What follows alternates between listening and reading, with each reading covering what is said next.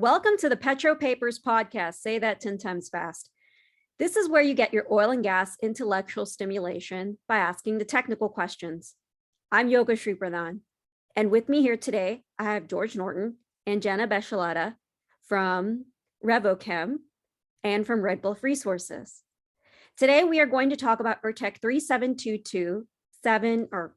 3722977. Paper description and the title is in the description box below for our viewers and listeners. I'm going to introduce Jana and George before we start peppering them with questions. So George is a completion engineering advisor with a well-rounded background in hydraulic fracturing design, modeling, execution, and optimization for unconventional reservoirs with experience in the Permian, Anadarko, Basin, Eagle Ford, and Piceance basins.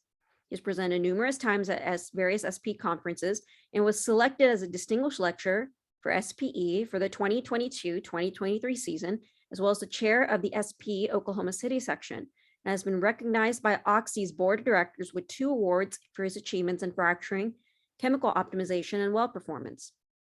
He has also received awards from Oxy from breaking record well performance in the Permian, as well as his contributions to innovation. Additionally, George was also recognized by Schlumberger for his achievements in operations and SPE for his volunteering efforts within the completion and production study group in the Gulf Coast section. Now I'm going to talk a little bit about Jana. She's an integrated geoscientist with over 12 years of technical and leadership experience in the petroleum industry, proficiency in applied petroleum geochemistry, reservoir characterization, optimal field development, new play identification, data integration, sequence stratigraphy, and 3D seismic interpretation. Welcome to the podcast, both of you. Thanks for having me. Appreciate it. Yeah, thanks. It's great to be here. So to orient our viewers and listeners, I was wondering if both of you can describe the paper and methodology. Jana, you want me to take that? Sure, go right ahead. I mean, I can describe the geochemical methodology, but George and his partner Walt really came up with a very innovative way to use our technology. So it's really interesting to hear how they used it. Yeah, so we kind of stumbled upon this by accident, to be honest, and it resulted in this cool project. So really the basics of it was we started with the problem of in the mid-continent, our wells are very sporadically performing. You could drill a really great well next to a well that's terrible. And it was trying to figure out how do we execute a better field development plan. I'm not sure how much mid-continent work you've done, but there's a lot of faulting, there's a lot of changes. The wells are just all over the place. It's very difficult, especially where Red Bluff is located. And so we started with that task. And one of the solutions we had was to run Revochem, and we didn't really know, where that was going to evolve to. So we did that. And then through probably 9 months of work, we got to where we were, which is really started just fundamentally by identifying the key producing zones, which is outlined in the paper, and then almost transitioning that information to kind of a 75% production that these zones are responsible for, and then turning that kind of into a log like a geologist would do, and then mapping that across the field. And then that became our new field development plan map, if you were to call it that. Awesome. I know that when I read the paper, I was extremely excited, and I was thinking about how applicable it can be to other basins, like the workflow can be applicable to other basins as well. And I don't have much experience in mid-continent, but I do have experience in the Permian Basin. I was thinking that we must copy paste this into the Midland and Delaware basins immediately. So I really appreciate both of you guys being on the podcast to talk about the paper. I wanted to go into the specifics of the paper, and it's really about the gas chromatogram. So Jana, this might be for you. And this is just for our viewers and listeners so they can orient themselves and get a better understanding of geochemistry. But why are boiling point and aromaticity the 2 properties used to separate compounds in a gas chromatogram? Great question. So for decades now, we've used a boiling point, and it's a great way to separate. Traditionally, a one-dimensional gas chromatogram would our gas chromatography would separate those, and along each normal alkane value, you may have 10 or so different compounds that are separated. By adding that extra dimension, that aromaticity, which essentially separates those compounds based on how complex the ring structure is, by adding that every normal alkane, so normal alkane 13, for example, instead of having about 10 compounds that you might identify between 13 and 14, you now have about 100. And so it really gives us this robust data set. The founders of RevoChem realized that other portions of oil and gas industry and medical industries were using multidimensional gas chromatography to help with the problem of resolution, data resolution. We're always looking for more resolution, right, to get better answers. And so by combining that, the traditional boiling point with now aromaticity, we have that really great resolution where we can resolve over 2,000 compounds just in the window that we focus on for production allocation. Thanks for that clarification. Mm-hmm. I also was wondering if one of you can describe the results of the work and the resulting drainage heights in the paper, and then correlating that to EUR. Yeah, I can take that one. So really the drainage heights, I guess really our biggest conclusion there is necessarily that we don't really know that the drainage heights are necessarily the same, but what we do know is that the wells that are landed in the Mississippian are all draining the same benches. And so we don't know, exactly what all they've touched. I mean, there's a lot of natural fracturing and things like that occur in the mid-continent. So it's very possible that, they could grow up out of the Merrimack D. Maybe we don't see that, which is the top of the Mississippian.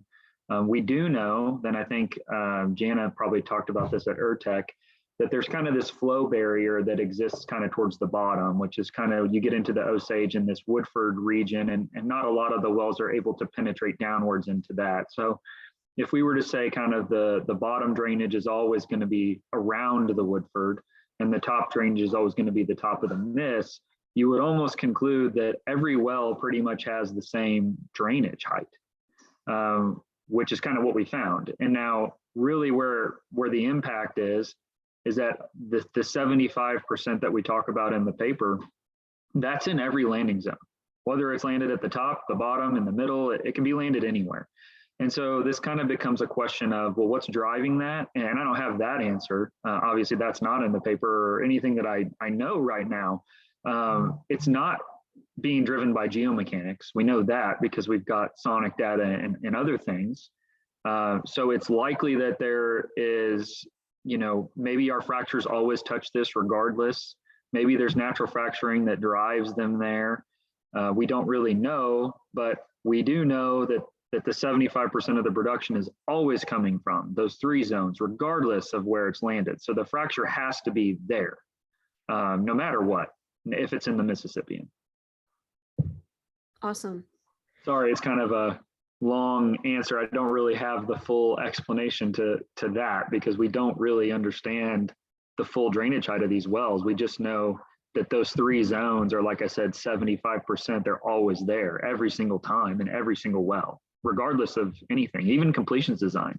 If it has 800 pounds per foot, it's still draining those three zones. Well, that segues perfectly to my next question, because in the results of the paper, you mentioned aside from lower targeted Woodfin and Hunton wells, all upper Merrimack, lower Merrimack, and Osage wells drain quite similarly. I was curious to know if the completion designs were similarly or they were flowing back similarly. So pretty much every single well in the area that we mapped, and we ended up with about a 10-mile radius around our pilot hole. Most of them, until you get kind of further out west, are all normally or under pressured.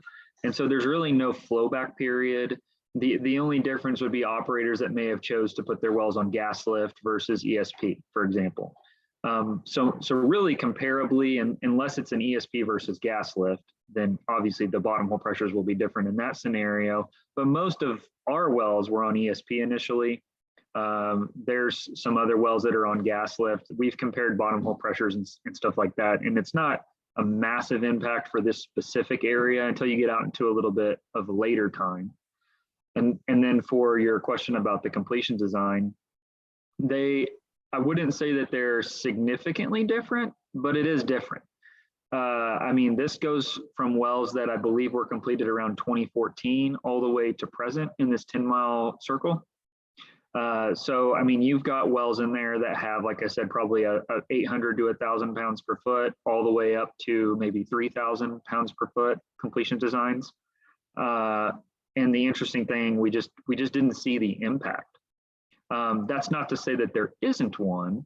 Obviously, if you look at our correlation, there's an error bar, right? Now, that error bar could be associated with many things. I mean, we're not 100% right. I mean, we're not predicting the EUR exactly. So it's possible that the completion design could have a small amount of influence. We did look at that. We didn't see one ourselves, which is why we kind of standardized at a 2,000 pounds per foot design. But there's nothing in there that would say that, you know, pumping 2,500 pounds per foot is wrong or 1,500 pounds per foot is wrong. There's just too much noise in that remaining 25% that we can't really figure out what the needle movers in that region are. Okay. Now I really appreciate you diving into that. Jana, I had a question for you. It was regarding the Reservoir Productivity Index, or RPI. Could you talk about how that's generated? And then would you also say that RPA is so far good for co-developed wells instead of infill scenarios? So the Reservoir Productivity Index, still George and Walt, came up with that. But essentially what they're doing, and kind of hinting on some of the things George was just talking about, as a geologist myself, one of the findings they had in this project that I loved is that some of the key producing intervals looked like mudstones and others looked more conventional, right? And using, roster logs, which a lot of smaller companies do, they're trying to tighten your budget as much as possible, using, just triple combos and not having access to as robust petrophysical data as big companies. They were able to use this, oil data to really key on what's producing, right? And so the Reservoir Productivity Index, essentially, Walt, and George came up with, where they're looking at what was the key driver for production. And they recognized that when they mapped those zones out, which there's that image in the paper that shows just a simple gamma ray profile, and then a corresponding production allocation. So how much production different zones are getting. When they mapped those key producing intervals out, and then applied a porosity cutoff of that 3%, and multiplied the height by porosity of that isopac, essentially, that's the productivity index. Now that's what's going to change depending on even where you are within the Anadarko Basin. I know that George and Walt have applied this same methodology in other areas, and they have a different term for it. They don't call it the Reservoir Productivity Index because there was a different key finding that what drove that reservoir, right? And so that has a lot to do with the data analytics that George did and all the mapping that Walt did in order to figure out what is making this, really tick. Awesome. Now I had a question about just the frac hit in the case study, where the well returned back to its original drainage area after 2 weeks. Mm-hmm. Curious that have there been corroborations to pressure to combine the effectiveness of drainage after the frac hit and to the RPI? So the interesting thing for the MidCon, and sorry, this is another one of those things I don't have the exact answer to because we haven't figured it out yet. When we get the frac hits, a lot of the times our oil will recover and the water even will go back to normal. But what never really recovers is the gas. And I'm sure Jana may remember this, but initially we tried to do a project with gas, trying to use the same technology in gas just to see if it would work, because we were curious about that. And we kind of gave up on it. It just ended up being a very difficult project for a small operator like us. But that's really the question for us. We think, because we know the pressure changes, to your point, the pressure doesn't just go back to normal. So we're thinking that maybe the pressure is causing a bubble point style change because most of the wells are already close to bubble point. And maybe that's putting some of the gas back into solution, into like an oil phase. And maybe that's why the oil and the water look normal, but the gas never comes back. But you know, it could be a relative perm thing. I mean, there's a lot of questions we still don't know the answers to. But the gas is really, that's really been our indication of if a well has actually recovered from a frac head, is if the gas comes back. And that doesn't always happen. Now, in the commodity times we were in, I don't know, a year or two ago, everyone cared about oil. And now gas is a lot higher. So now it's a lot more important. And so, you know, today we would probably put a lot more effort into trying to understand that versus what we did at the time, which was really just all we cared about was oil. It's interesting you mentioned that when thinking about the Permian Basin, you are right in the sense that there is a lot of importance on gas now, not so much as more important than oil, but definitely in our gas forecast and the gas reaction to an FBI, for instance, there's been definitely a focus on that. I was also, go ahead. Sorry, I was just going to say, yeah. And I mean, we don't have the answers to that. I mean, that's kind of, that would be something to continue working on because we know that the gas is the indication and we see it on the pressure. We can't measure it with RevoChem technology on the gas side. And we don't really know what's happening there necessarily to fully understand it. Okay. No, thanks for that clarification. I had a question about the vertical logs. If you've seen any instances of an indication of a frac barrier, but based on completions, we're draining beyond the frac barrier. Have you seen those instances? So let me make sure to clarify what you're asking. So you're saying if we saw a frac barrier on a log, are we seeing like RevoChem that drains past that? Yes. Okay. Not really. Well, it's kind of interesting. So the Osage is it's a carbonate rock. Mm-hmm. And so if you were to put that on like take a quad combo and map out what the stress of that is, it has a very high stress. So really, if you were to just run a frac model blindly, you would probably say that you're not draining a lot of the Osage.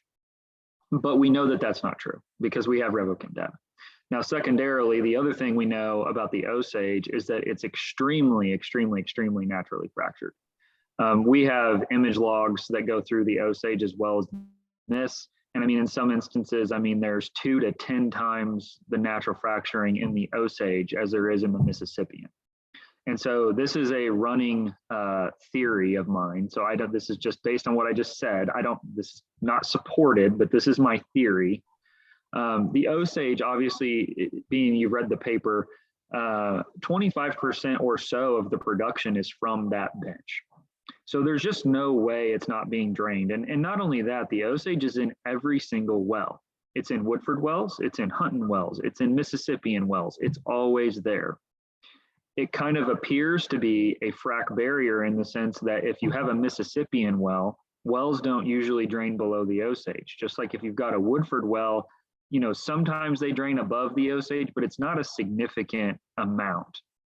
And so what I believe is that the Osage is so highly fractured that your frac energy just goes away there. And it just can't go either lower or higher depending on where your landing zone is, because there's so many natural fractures there that it just becomes this fluid loss mechanism. And that actually causes it to be somewhat of a frac barrier, but it's not in the geomechanical sense where, you know, if I just straight put this in on a quad combo into stem plan or something, my frac model is going to say I can't grow into the Osage. But once again, we know that's not true, and it's probably related to the natural fracturing. Awesome. Now, that's what I wanted to get at in terms of the presence of natural fractures, or just knowing that there's a box model that we assume that we're going to drain from a specific area from our frac models. But what this geochem is also showing us is that that's not necessarily the case, that we are draining from far beyond. So I was just very curious about your insight on that. Yeah, and two, I should add, and this isn't in the paper either at all, but so just to add to your listeners, we actually have two maps. The one we talk about in the paper is our predominant map, but there's actually, as we approach, part of our reservoir starts to thin out as you move to the east. And as you get far enough to the east, the Mississippian begins to be so thin that your actual drainage changes. And we have a different map for this small region, and it's only probably, I don't know, maybe 3 miles long, and then it is pretty narrow. So like 3 miles long and maybe, I don't know, 7 miles tall or so. And it's kind of an angular shape. And in this region, even if you drill a Mississippian well, because the Mississippian is so thin, a lot of these zones are gone. The predominant production actually becomes the Osage, Woodford, and Hunton, rather than the Mississippian portions that you see on the work that we did. And we didn't talk about that, but it is to say that you really have to understand what's happening, because like I said, we kind of stumbled into answer. We didn't at first, and we tried a bazillion equations before we got to the one that's there. And I know it seems so easy, and it took us forever because we tried so many things. But the point being, you really got to understand what's happening. You got to look at the drainage from all of your wells. And then it's important too, if something doesn't make sense, maybe it's worth grabbing another pilot hole over there. And that's kind of why we stopped at 10 miles, you know, on what we were working on.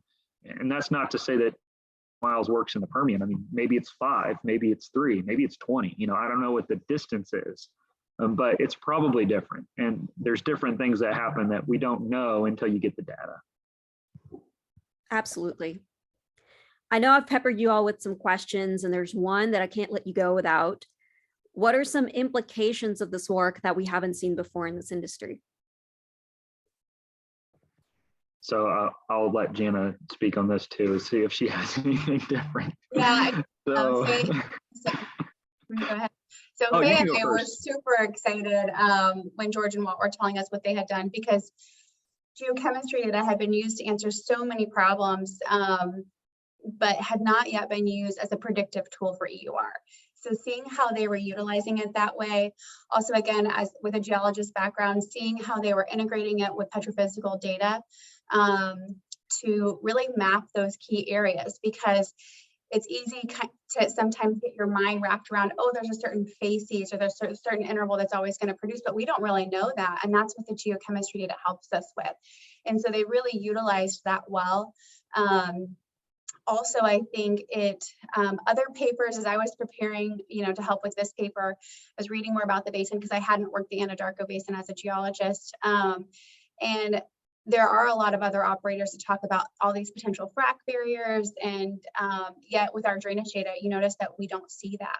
So, so, you know, just some really interesting ways to think about using the production data as, you know, if there's a true frac barrier there, then it will show up as a flow barrier in our data, right? Because our data is showing what oil is flowing and where it's flowing from. So, yeah, George and Walt did a really great job with utilizing all the data. Yeah, I've got another little thing to add here that people don't normally think about. And I don't know if this necessarily applies anywhere else. I had the opportunity at Red Bluff we're small. I got to work with a lot of different departments. And so I got to work with some of our land guys, and I actually got to do some stuff at the OCC, so the Oklahoma Corporation Commission. And one thing that is interesting that I think is a major implication, and I don't know what's going to happen with this, is the zoning and spacing rules for the Oklahoma Corporation Commission. So luckily for Red Bluff, we zone and space our wells for all of the benches. So if I have RevoChem data that says my Mississippian well is draining Hunton, then I'm covered. But a lot of operators don't do that. And so I think this is going to have major implications around like Texas Railroad Commission, Oklahoma Corporation Commission, zoning and spacing, drainage rules. I mean, now that we know what the wells drain, this is going to significantly impact the legislation and the spacing orders that go into effect with all these wells, you know, in legal hearings. Wow. I'm really glad that you mentioned that. I keep thinking about the 330 rule for Texas Railroad from from our Texas Railroad Commission. And I also keep thinking about Rule 37s as well. Just the implications of whether you can Rule 37 yourself. And then yes, you're right about the zoning and spacing. That just because you're just the P clauses, for instance, and you're 50 feet away from you must be at least 50 feet away from like your depth of interest, or away from your depth of interest or your depth rights. You can definitely outside of that. A lot of it here too, there's tons of cases on vertical well operators that get frac hit. Well, what if they're operating, for example, a hunting well, and you don't have rights to the hunting, but now you're draining their oil. So there's a lot of very sensitive things that can come out of this. Luckily, none of them impact us as Red Bluff wise. So, I feel free to talk about those, but a lot of other people could definitely be impacted. For sure. Well, I really appreciate both of y'all's time on the podcast. And thank you so much for letting me pepper you with questions. Yeah, thanks so much. Really appreciate you having us on here. Yeah, thanks so much. And I'll have a great rest of your day. Awesome. Well, folks, that's a wrap. This is URTEC 3722977, where I had Jana and George on the podcast, and they allowed me to let them pepper with questions. I'm Yoshi Pradhan, and we're signing off.